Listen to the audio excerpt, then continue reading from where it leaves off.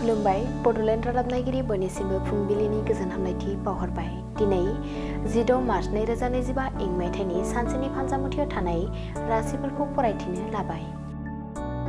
मेष राशि सिखिरि सुबुंफोरनि हेफाजाब मोनगोन।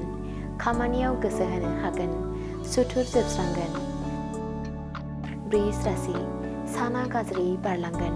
मोनखानाय खाबुखौ खोमानानै लागोन। गुबुननि मदद लानांनो हागौ। मिथुन राशि गुबुननि गाज्रि मावफ्लांनो हागौ। गोसोनि सानस्रिया गाज्रि जागोन। गावनि साननाय हनायखौ सोलायनाया गोनां। कर्कट राशि गोथार सान। देहानि सानाय सुनाय गैया जागोन। थांखियाव सौहैनो हागोन।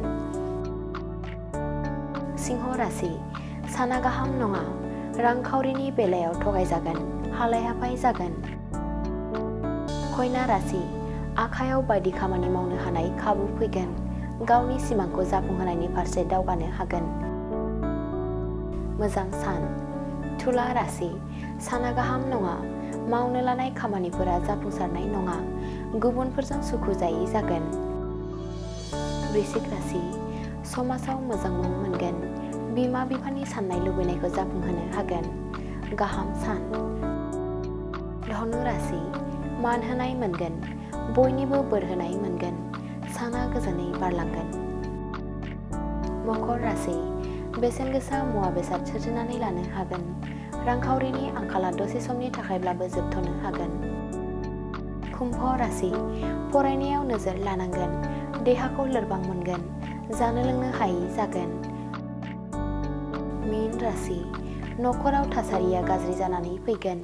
जेंनाफोरा बारायगोन। उसाव बादाव जागोन।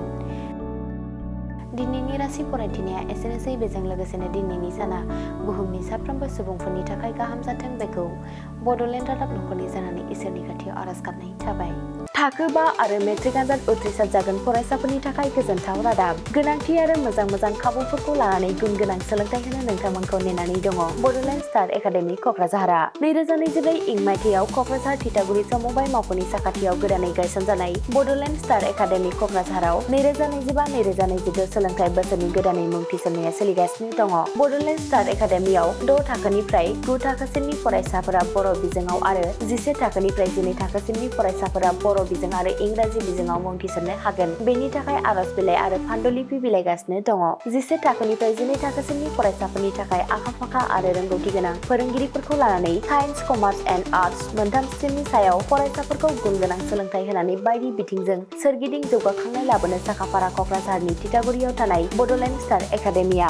बड'लेण्ड स्टार एकाडेमियाव मुं थिसननोब्ला बाङाय बेसेनाव मुं थिसननायनि गेजेरजोंनो फरायसाफोरा गाहायाव होनाय माखासे खाबुफोरखौ मोननो हागोन। इंराजि सोलोंनायनि खाबु, साखोन-सिखोन थाखो खथा, बिजाब बाख्रि, BPL थाखोनि फरायसा फरायसुलिफोरनि मुं थिसननायाव 20% मासुल रेहाय होनाय। बेजों लोगोसेनो नोंथांमोनहा JEE नीट आनजादनि थाखाय बेसेन नाङै फोरोंथाय, मान्थलि मक टेस्ट, जिउ राहा दानाय बायदि गियानलु आयदाफोरनि उफ्रा सोलोंफारिफोरनि खाबुफोरखौ मोननो हागोन। हौवासा आरो हिनजावसाफोरनि थाखाय मुलाम्फा गोनां मोजां जामुं आरो मोजां थाग्रा खथानि खाबु गोनां हस्टेलनि खाबुफोरखौबो मोननो हागोन। बिदिब्ला गोबाव खालामाजासे नोंथाङाबो बड'लेण्ड स्टार एकाडेमियाव थाबैनो मुं थिसननायनि थाखाय सुलाद लादो।